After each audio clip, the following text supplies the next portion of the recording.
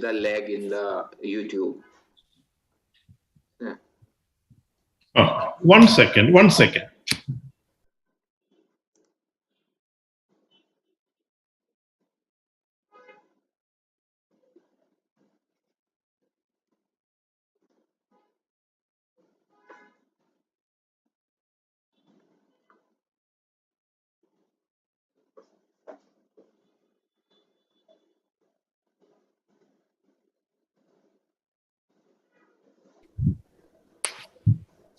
Yes. Yeah. Hello everyone. Very good evening and thanks for joining today's session. My name is Chandra Prakash Joshi and I am welcoming Mr. CP Mohan. Thank you, sir. Thanks for affording time for today's session. Here we are trying to demystify the career at NABARD. If I give my brief introduction with Mohan, sir.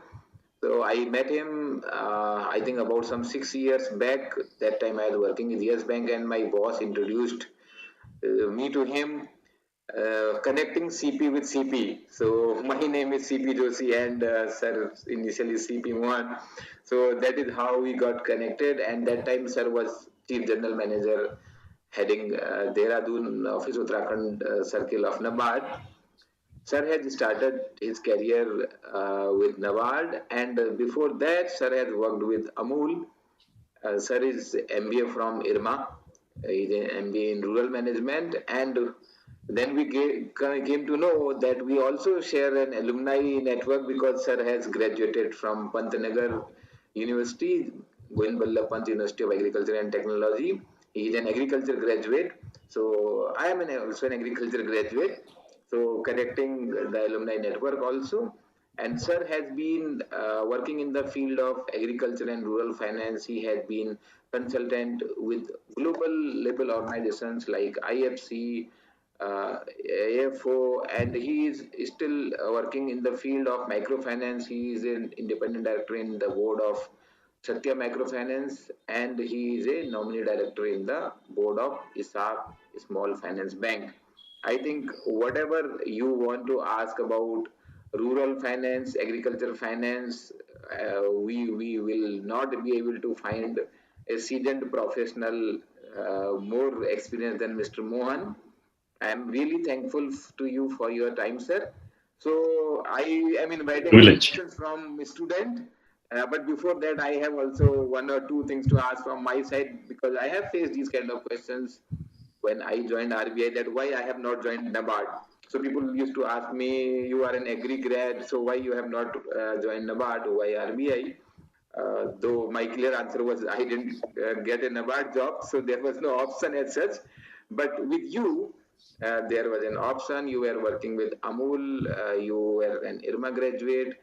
So how this journey of NABARD started and how satisfying it has been, especially if you can tell with the idea of telling it to our audience who are students and looking for a job, looking for building a career in the field of development finance, rural finance, agriculture finance with prestigious institutions like NABARD. Over to you, sir.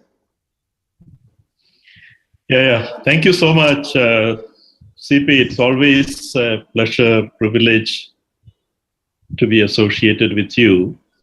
It's a great opportunity to be with you and to support this wonderful initiative which you have, reaching out to young people, helping them kind of get into a career, stabilizing them in their preparations and so on and so forth. So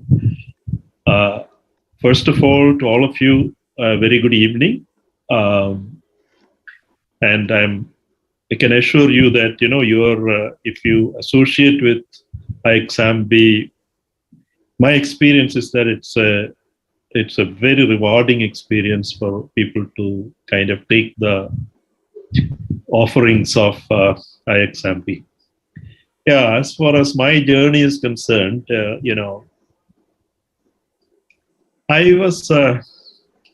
have certain personal inclinations which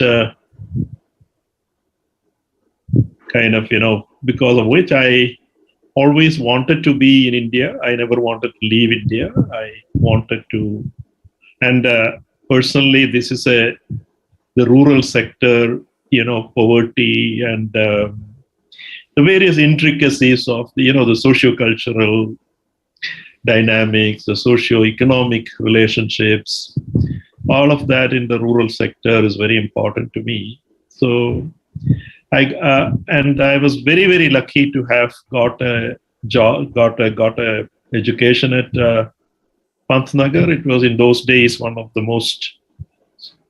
most fulfilling and most enriching academic experience one can ever have across the globe, because the kind of diversities we had was fantastic. And I was also then thereafter lucky to have got into IRMA, for the first batch.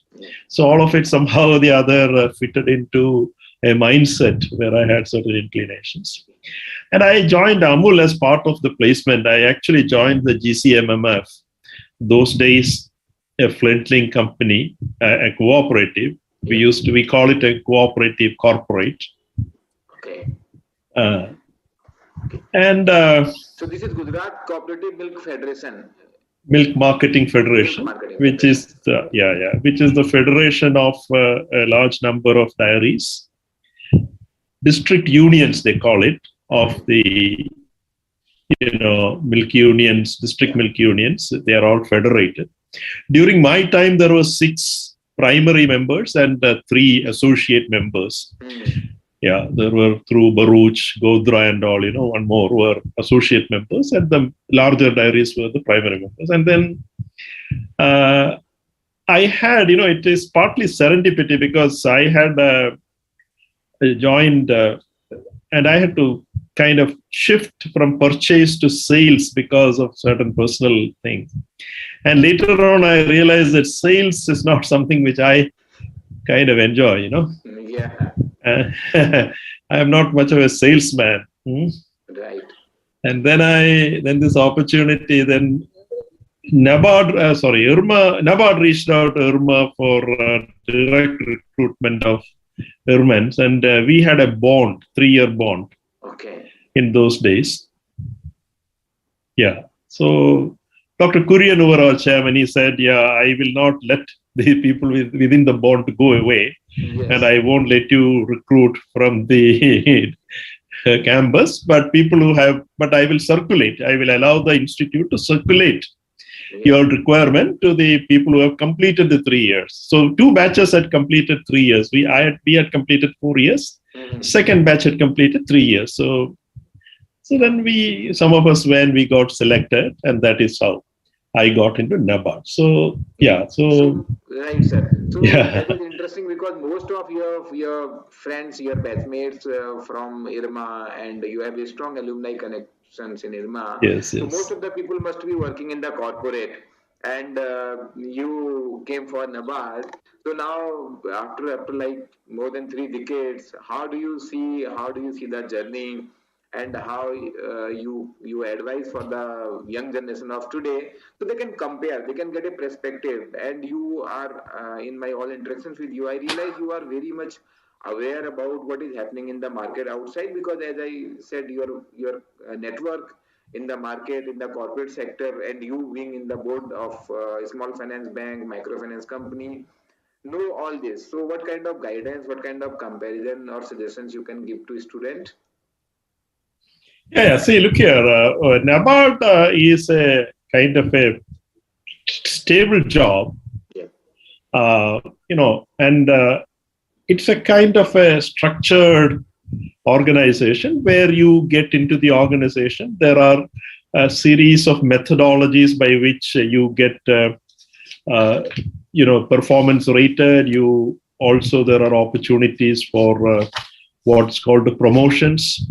There are annual structured increments which everybody gets, unless you have into very serious disciplinary issues. That's very different from the corporate world. It's very different.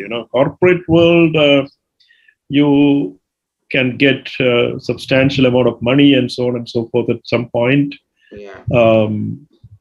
But it's not exactly comparison. It's actually these are two different things. Correct. Corporate world, most of the time, it's a very vertical function which people get into. Like if you are into finance or into marketing or into administration or into strategy or into sales or marketing or communication, you typically grow into that, But the job in NABARD is very different.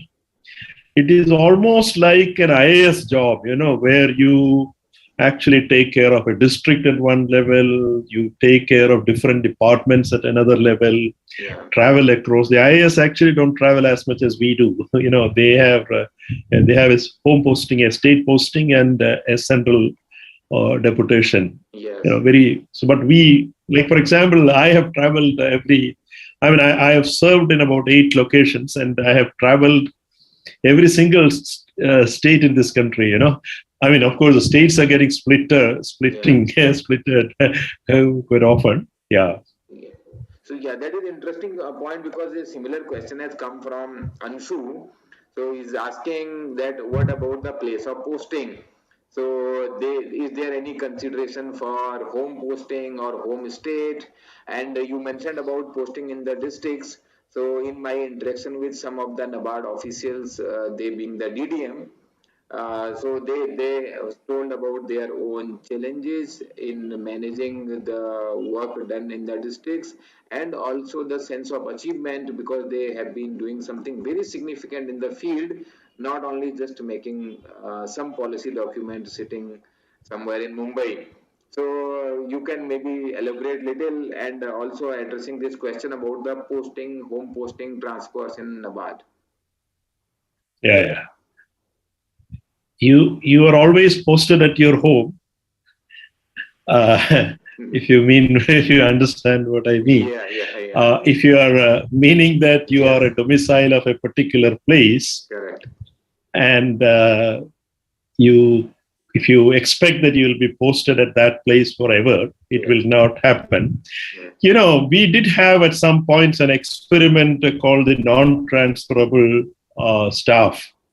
But then later on, they themselves got so frustrated because the life cycle takes you away from things. Say, like, for example, you at one point in time, because the kids are small or the parents are very old, etc., you want to be at one place. But all this change over time, Right. So people who had opted for a single place of posting, very few had done for their own personal reasons. But most of them regretted it. That's what I would say. But so as far as your question, Anshu, is concerned, there could be an occasion for you to get a home posting, as you call it. During your career, maybe you can have 1 or 2 stints. One definite way by which people get a home posting is by getting transferred to the northeastern states. And there is a repatriation formula by which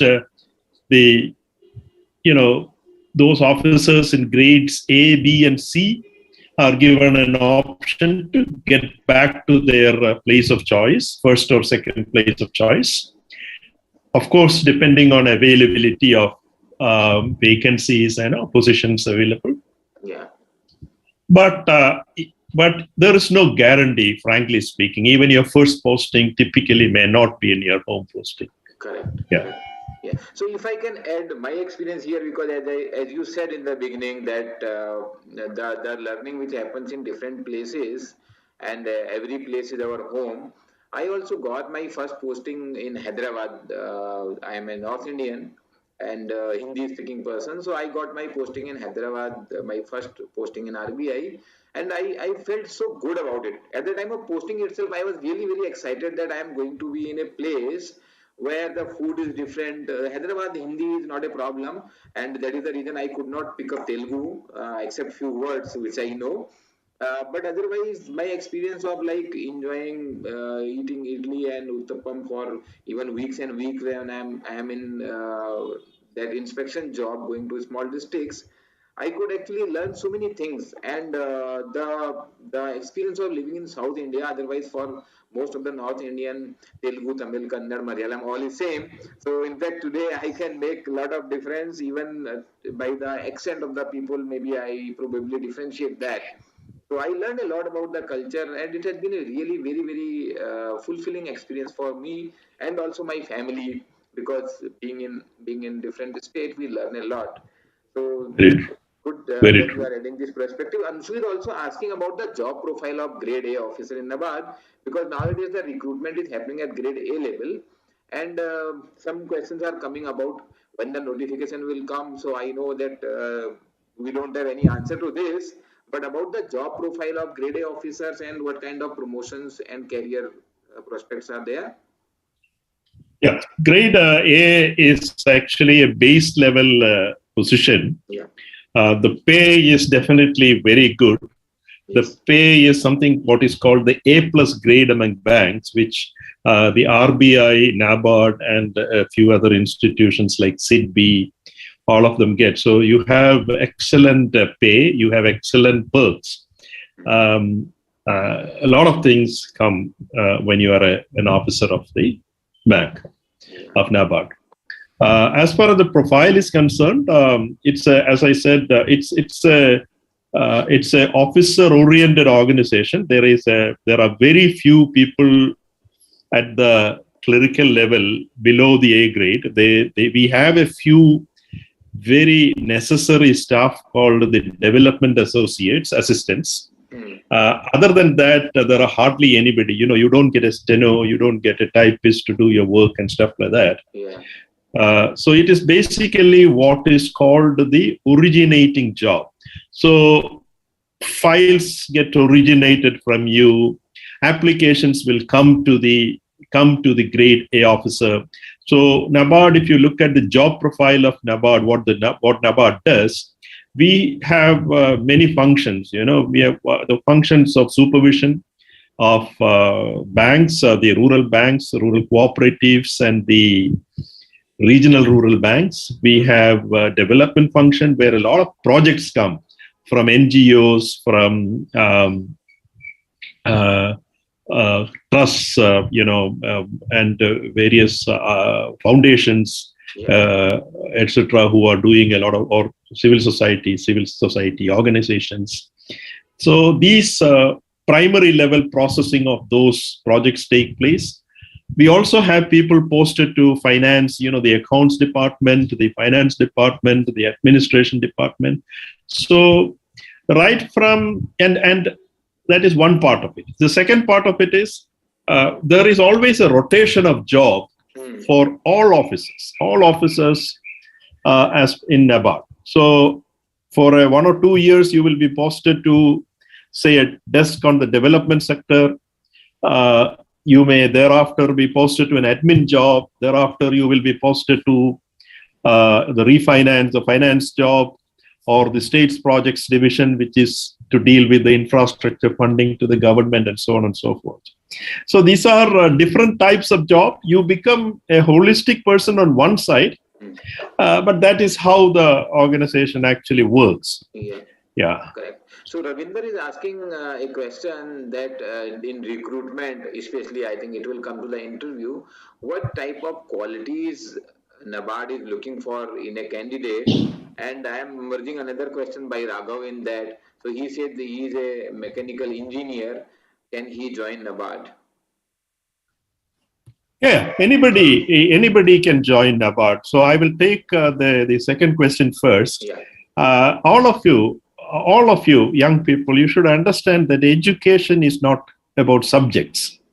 Education is a process by which you get trained to think.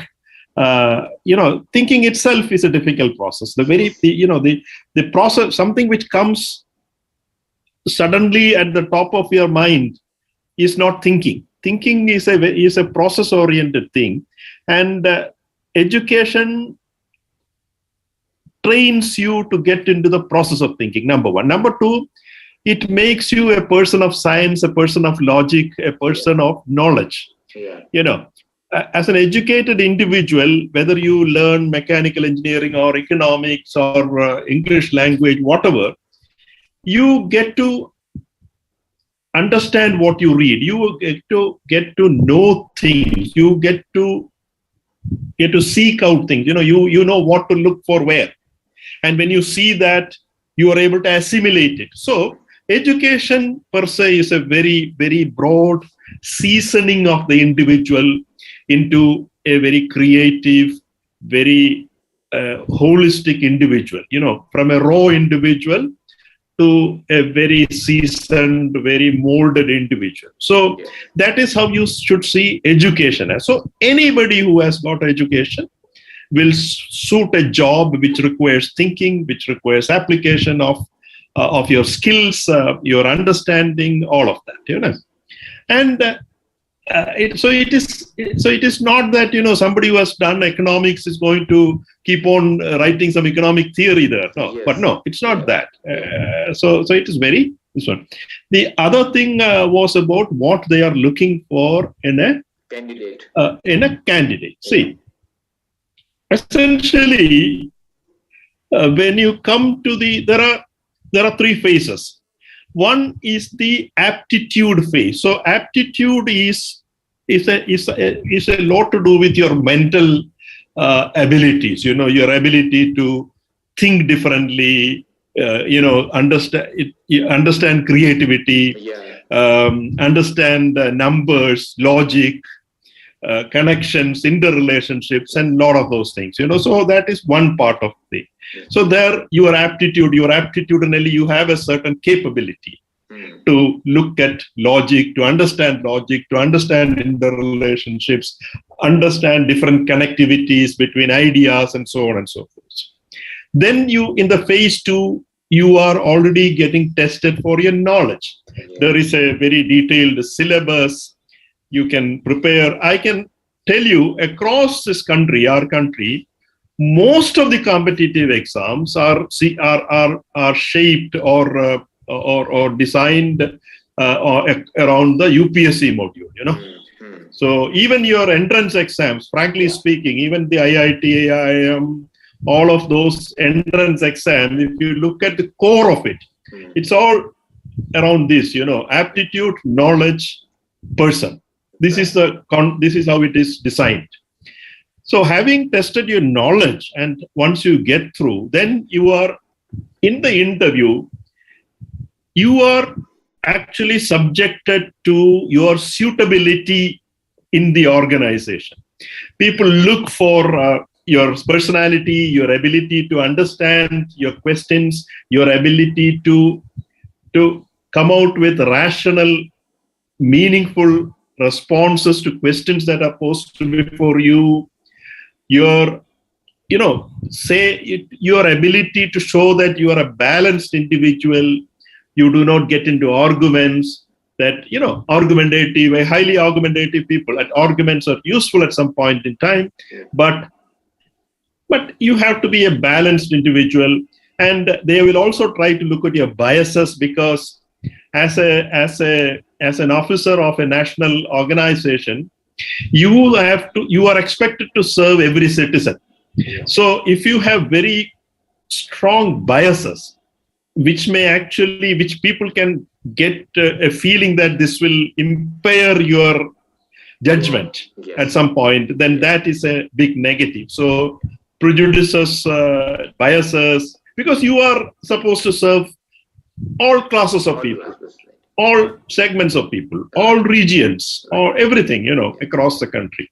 So here I liked a specific question by Vishal. Actually, I personally liked it. He is asking about, can you elaborate more about the field work? And because it looks like there is an opportunity for doing some development work for the society while you are in a good job also. So maybe he is trying to understand what exactly are the kind of job which are to be done, especially the field job. There are, you say, first of all, I would consider most of the work that gets done in NABARD as something which has got very strong impact on the society. So But, if you are actually meaning the people connect in the sense that you as an individual is able to connect with a certain society and you work with them and then develop that society is something which, if that is what you mean, there are a lot of opportunities like that. Like particularly if you get to work as a DDM, you have it. If you work in the development departments, like the department which deals with microcredit, the SHGs, the department which deals with, or the section which deals with watersheds, with tribal development programs, etc. You actually, even sitting in a regional office, you would be closely monitoring the progress of those. So if you have a good aptitude to serve people on that region, what happens is you can take it as a routine thing where a certain piece of paper will come, you will monitor it and see that the financials are right, the performances or the deliveries are okay, and so on and so forth. But you can also actually guide that project in such a manner that the impact is more, every penny, the value for every rupee is far more than the rupee, and ensure that things happen. There are a lot of dynamics which takes place. For example, I'll give you one example. We had we were supporting a watershed program, and when we visited, the enthusiasm was not very high. And then we started, the whole day we moved around, and finally we went off to the homesteads. The homesteads were scattered here and there, mostly towards the lower part of the valley. And then we met the women, and they said, "See, sir, you are doing all these things, these are all fine, but can you get some water near my home?"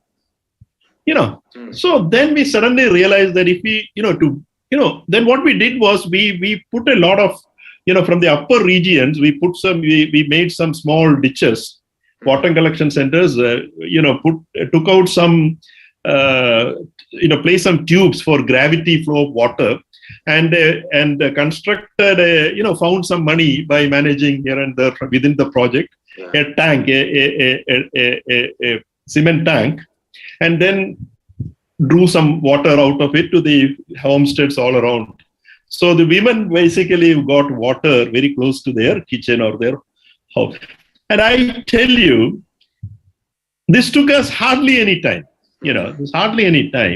But we had a complete buy-over from the entire community, and our watershed project became tremendously successful. What I'm trying to say is that this was not part of the project. If we look at the project document, nowhere this is there, laying all these small tubes. And so what I'm trying to say is that if you have that, you can go there, you will find some dynamic situation. Very satisfying, very satisfying. So in fact, there is a question coming from, his name is written is Tech and Games, but he is asking whether there is an opportunity to talk directly to the farmers. So now he must have already got the answer. So there is opportunity to talk to all people, not only farmers, all rural people living in villages, people working in small villages to our towns, connected to anywhere in rural society, because NABARD is not only agriculture finance, but overall rural finance and rural development. Absolutely. So this is a question, a response to Anshu also. See, all the postings will be in the state capital. So though you may not get a home posting, you're always posted in the state capital where the facilities in that state is the best. There could be some variations between certain state capital and another capital, but you are always in the best within the state. Correct. Location wise. Even the districts also, you will be in the district headquarters, nearer to the district collector and all that, and you actually get to interact with very closely with during my time and all. There was not one meeting the collector would or the DM would attend on rural development, banking, and agriculture without taking an input from me. So that kind of like this Amitabh Kant and all, we used to know because he was my DM. Right. Interesting. Yes. So here, interesting question coming from Aarti, and similar kind of question came from somebody else. Yeah, Ayush. So regarding the qualifications, so some people are coming with qualifications like CFA, FRM, or maybe people are interested in having these kind of qualifications later when they join NABARD because they want to grow in the career. So what is the benefit of having extra qualifications before you join, or there are opportunities for higher education once you join NABARD? If people want to make their career more on the learning side, more on the policy making, more onto the deeper in the finance space, because NABARD is ultimately a national level financial institution. Yeah, I'll take it in. I'll respond to you in two parts. One, if you have already acquired higher qualifications, and if your knowledge, your attitudes, the way you respond, your understanding, etc., will be far better, and your chances of getting through an exam or into an organization like NABARD would be high. Though there are no explicit, specific grace marks or considerations, what happens is at the interview stage, because your overall performance probably would be better on an index from a basic qualification and a person with a higher qualification, if you have taken your education seriously. Okay. Yes. So, because there are many people who just acquire a qualification through various means, from various all kinds of places. And if you think that those are going to help you, you spend a lot of time getting a correspondence degree, this, that, etc. It may not help you unless you're serious about what you're doing. Number one, I'm being very frank, because I don't want to mislead you. The second thing is, NABARD encourages people to take get more and more educated during the job. They will give you certain assistances. They will allow you certain leave. Sometimes they will, or they will allow you to take evening courses, correspondence courses, etc. If you're a PhD holder, then there are certain extra allowances which will come your way. It will be difficult for you to do a PhD if you have a domicile requirement, but if you do not have a domicile requirement, even that can be achieved, depending on where you're doing your PhD from. So there are a lot of opportunities. Yeah, correct. So Ravinder is asking whether there are opportunities in sectors like renewable energy, solar, waste management, because these are also areas of development. Or maybe you can elaborate something more on what kind of opportunities are there, because NABARD is one organization outside NABARD or outside rural finance space. People have very little awareness about the kind of work NABARD does or various departments there. So what happens is, as I told you, but nobody works in one vertical section throughout his career or her career in NABARD. People are always shifted from one job to another. If given your attitude, aptitudes, and your likings, etc., there can be one or two stints which you can work in the department which deals with the climate change, department which deals with alternate energy. And even within the project, in the development sector, when you're dealing with projects, there are a lot of projects which you can promote. You can talk to NGOs, you can talk to the project partners, and familiarize them with the various schemes which either the government of India, which operates through NABARD, or NABARD's own schemes are concerned.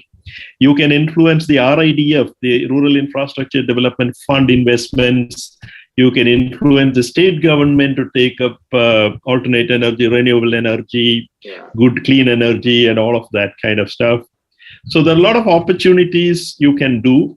So even as you work in different departments in different regional offices, also you can influence stakeholders to take up such things. NABARD itself is not an implementing agency, that you should understand. NABARD is not an implementing agency. It is a financing agency. It is a facilitating agency. It does not implement on its own. So we are dependent on third-party implementation. But when I say that, you are also able to influence those third parties to do a lot of work which you think are the right, and if you have the right values, you can definitely pass it on to them. Yeah. So this is also an important point you have mentioned, that NABARD is not directly implementing. So maybe it is doing through help of NGO, the state government, and various other organizations, banks, etc. So here there is a question coming repeatedly about the allowances and benefits of NABARD officers. I am sure that you may not be remembering all, because it is never possible for us to remember allowances and benefits. But maybe you can comment briefly. And another similar question from Manpreet about the training. So what happens during the training, and what is like training and joining for the fresh officers in organization? Great, yeah. So you have morning, afternoon, evening, and night, right? So you get a newspaper allowance for your morning. Yeah. You get food, Sodexo or food allowance for your afternoon or whenever you want to have your food. Your electricity bills, mostly, if you are conserving energy, most part of your electricity bill gets paid. Your entire medical without any limits, virtually without any limits, because hardly anybody actually pays. So medical bills are taken care of. Your car, you get a car allowance, you get a driver allowance. May not be in the grade A position, but even in the grade A position, some of these things, you get a housemaid allowance. You shouldn't go and tell this to the authorities, probably. So there are a hell of a lot of allowances, which you get. Very well, the all perks, allowances, etc., salary scale exactly same in NABARD and RBI, because yes. I have seen friends in NABARD. And as you move up the ladder, you also get every fifth year, or you get to buy mobile phone every third year or fourth year or something. You get house, furniture, home furnishing allowances. There are there are. I mean, I don't think you should worry about it at all. Few briefcase allowance, spectacle allowance. Yeah. You get briefcase. I forgot that. You get a book allowance. Book allowance. Yeah, you can buy books. So coming to one interesting question, sir, because you have experience of being a consultant at global level organizations, and this is also like asking in career, what are the kind of opportunities? Ravinder is asking that. So maybe in future interacting, or maybe having some deputation or career in World Bank, Asian Development Bank, or other global developmental organizations. Somebody was asking, I missed that question earlier, about, say, somebody want to switch to corporate sector after, say, starting career in NABARD. So what will be the opportunities? Yeah, corporate sectors also, there are a lot of, most of the, after the CSR, let us look at it from different perspectives. After the CSR Act has come in, many of these major corporates have foundations through which they do their CSR. And since we have a lot of experience in project funding, because most of these foundations actually do not implement. They also have partners to implement, and so many of us are good in project management, understanding projects, the dynamics, the diversity, the intricacies of projects and stuff like that. So that is one opportunity we would definitely have. The rural, the agri segment per se is actually broadening a lot. It's more and more maturing into a value chain process, and there are so since we are into financing of the agri sector and the rural sector, and as you know, the bottom of the pyramid, the people are looking at rural as a very, very, very lucrative, I should say, market. Yes. So people, and there are hardly anybody who understand the rural areas. The rural sector, maybe it is not rocket science, but you still have to appreciate the various nuances of it. So that's a definite strength the NABARDian has. So people who are into getting into the value chain in the rural segment, whether it is marketing, whether it is sales, whether it is actually production in rural sector, or value adding on rural producers, whether it's agriculture or non-agriculture, like silk or handicrafts or bamboo or anything. Like, for example, even in my current position, I associate with a company which actually supplies material made of water hyacinth, dried water hyacinth, to IKEA, and we sell it all across Europe. So I understand the supply chain part of it. I understand the back end integration part of it very well, because I know the farmers, I know the rural areas, and that sort of. Yeah. I am not into implementation. I am more at the policy advisory level at this point in time. But I'm just trying to tell you that it's a very wide area. There are a lot of opportunities. Yeah. Right, sir. Thanks for clarifying this in detail. Vijay had asked, so already you have answered that opportunity is working with IAS officers. So you have already mentioned that at district level, all rural finance, agriculture finance work, because NABARD officers are DDM, District Development Manager, and they work in very, very close coordination with the district collectorate or district magistrate, in some state we call it. And the question on training, there is another part to it, though the answer is easy, that whether you get a salary during training. Yes, very much complete full salary from the day one during the probation. You also get a daily allowance. Yeah, additional if you get paid, if you go for a training where your food, your lodging, everything is paid for. Yeah. Then you will get 1/4 of your per diem allowance. Otherwise, you get the full allowance. Yeah, yeah. So and right. and in NABARD every year, almost every officer will get trained. In your career of about about say 30, 35, 40 years, depending on when you enter. Yeah. You would have gone for at least 20 to 25 trainings. Yeah.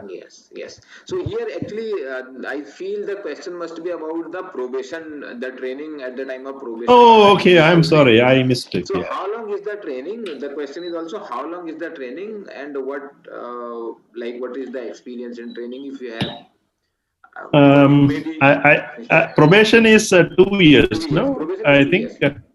Probation is 2 years, and there is the first few weeks. The first 6 months, we have not 6 months. I think 3 months. I don't exactly remember now, but we have a very set module where people are sent to districts, 2-3 district associate with the district development managers. Then they are they come to the regional office. They are given what is called a desk training, where they go to different departments, spend a week each in different departments, and try to understand. And so that is the desk training. Prior to that, they are given a month long. It used to be a month. I think it's still a month long induction program at our staff college in Lucknow. Then then you are circulated among a few DDMs and few officers. Then you are posted to a particular RO where you do the desk training in all the departments, and then you are posted to one of the departments. Right. So here, before I close, let me quickly take 1-2 more questions. So Girijesh is asking about work-life balance. Work-life balance working in NABARD. Yeah, work-life balance is, I should say, very good, very excellent in NABARD. It's got a 5-day week, first of all. Most of the officers work from whatever is the timing, 9:40, 9:30 to 5:30. You have a lunch time in between, except probably the time when you are in the district. The demands of a district development manager is very high. Almost every line department, almost every, the district magistrate, the lead district manager, the regional rural bank, the local district cooperative bank, all of them would be demanding your attention, demanding your presence in their meetings. And there are n number of projects out there. You have to keep reviewing it. You have got a schedule of reviews, because their monies will not be released unless the DDM sits in the project management PMC project monitoring committee and signs off the performances. So it's a very, very, honorable job, very onerous job which you have to do. And so that is the only time probably you will have a little bit of problem in the work-life balance. But on the whole, it's excellent. Right. Work-life So balance. I am taking two questions simultaneously, maybe two, trying to club for the benefit of time. So people are asking about the recruitment. I understand that you will have no idea about when the notification is coming, but overall maybe some idea about how the recruitment is happening, say in NABARD, the kind of retirement. And the question here is, NABARD nowadays is recruiting more in grade A, because last year it was only grade A notification, not grade B. If you have like any idea or anything you can suggest to a student about joining at about the career opportunities in grade A, or whether grade B is going to happen or not. I do not know whether there is an exact answer to this. Yeah, actually, most of the recruitment takes place in grade A. Okay. The very few recruitments actually take place, but there is always a thinking that some kind of lateral recruitment have to happen. I myself was a grade B officer entrant into NABARD. Okay. I think CP was also a grade B entrant into RBI. Grade B, yeah. Right. So mine, I was also a grade B officer, and there were certain services earlier, economic service and technical services, etc., which they used to take, but these are all merged into one nowadays. So most of the recruitments are in grade A. Very rarely they might come with a few positions in grade B, depending on some specific requirements. So most of the recruitments are in grade A. I think they take about... Yeah, please carry on, sir. No, I think they take about 70, 80 to 120, 130 people in a year. Okay. So there has been a significant depletion in the number of staff of officers in NABARD. So probably for the next few years they will, they are trying to catch up on some of the deficiencies. So right. I think there could be some recruitments happening almost every year for a few more years. Yeah. So Videsh is asking one short advice for NABARD interview. We have actually advised few candidates for the interview preparation. So maybe your word will help here for interview guidance. One short advice to all of you is you should be like a batsman facing a fast bowler. You should always receive your question. You should look at you very carefully listen to the question. Very carefully listen to the question. Receive the question proper. I'm telling you this because many, you have already done all your hard work. You have done 85% of your work. You've got through your exams and you've been preparing hard, not only for NABARD, probably for other work, other things and all that. So there's a lot of things in your subconscious. Even if you think it is not there, it is there. So what happens is, if you don't receive your question well, you will probably remember only the last 2-3 words.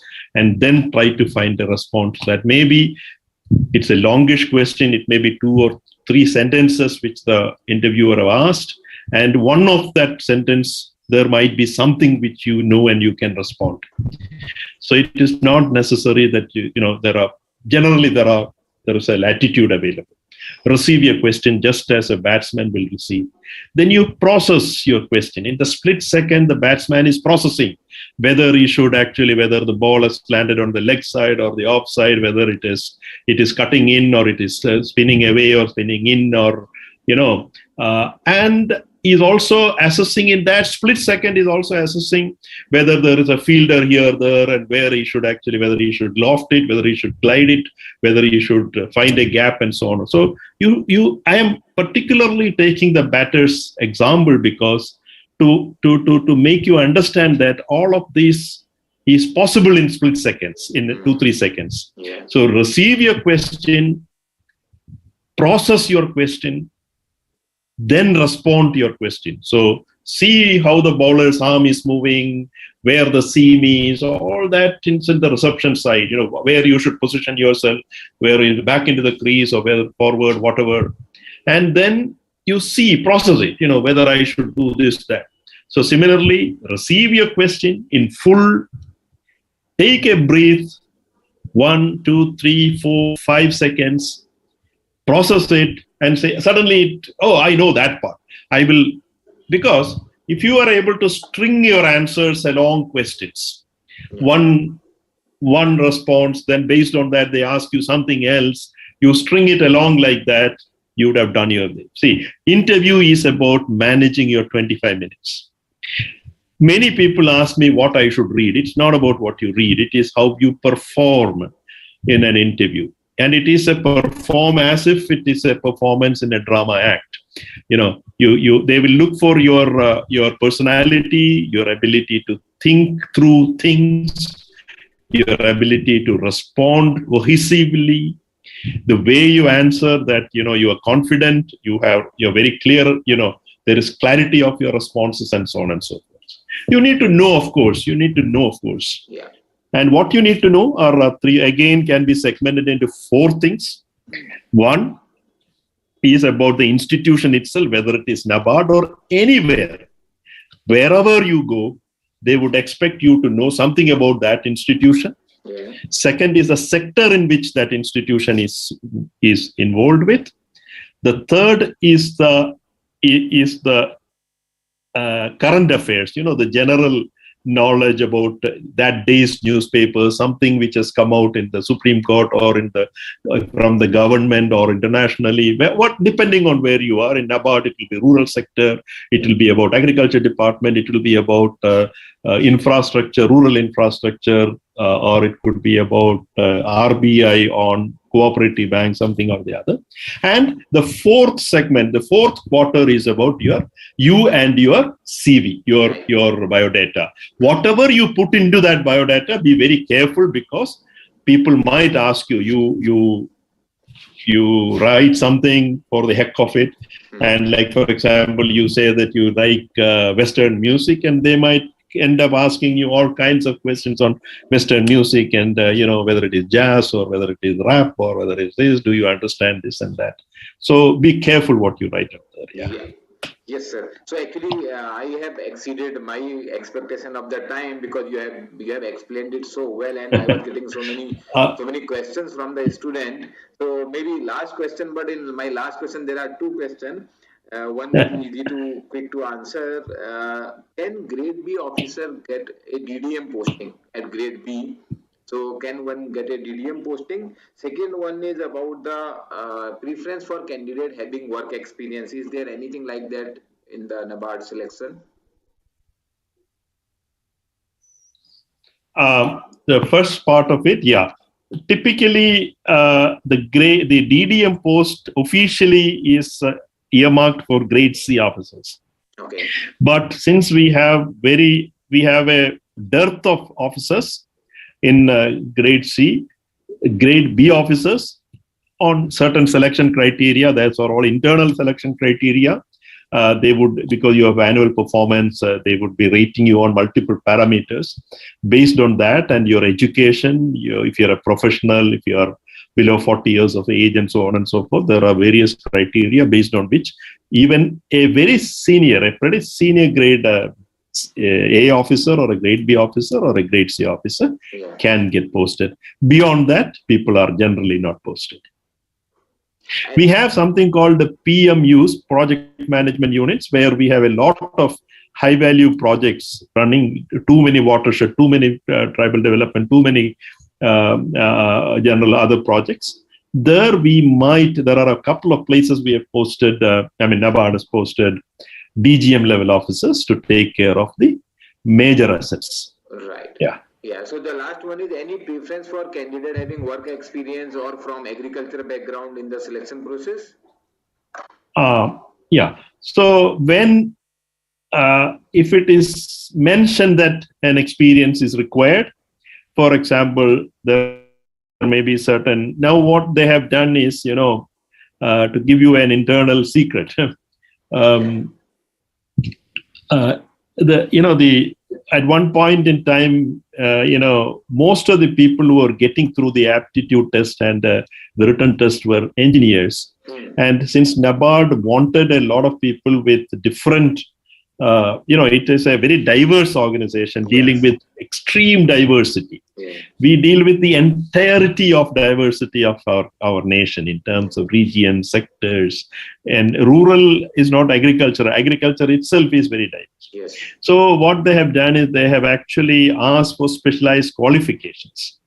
So now what happens is you must understand that 85% of your marking, your grading or evaluation is based on the aptitude and the phase 1, phase 2 tests.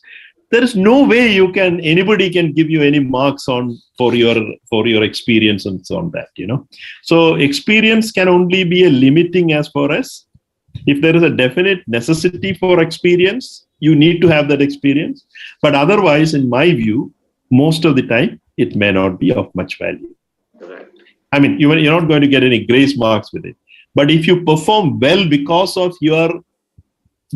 you mature into your jobs with the experience, etc., then maybe you will do better during the interview. Other than that, I don't think there are any much great grace marks available. So thanks a lot, sir. You have taken every question, answering it very elaborate. It has actually helped me also about my understanding of NABARD, and also some more insight into rural finance development sector. I'm sure actually I'm getting a lot of comment from a student that thanking for this valuable session, much fruitful, and I wish everyone who is watching that you get best benefit of this session. You are encouraged to join NABARD and make your own career while you are working for the society, you are working for the nation. So thanks a lot for your time, for your longer time than I expected initially. So thanks from my side, from ixamBee side, from all of the students here. It's been a privilege, it's been a privilege. I hope we did not bore the kids out there. All the very best to all of you. Do well. Yeah. Thank you. Thank you, sir. Thanks a lot.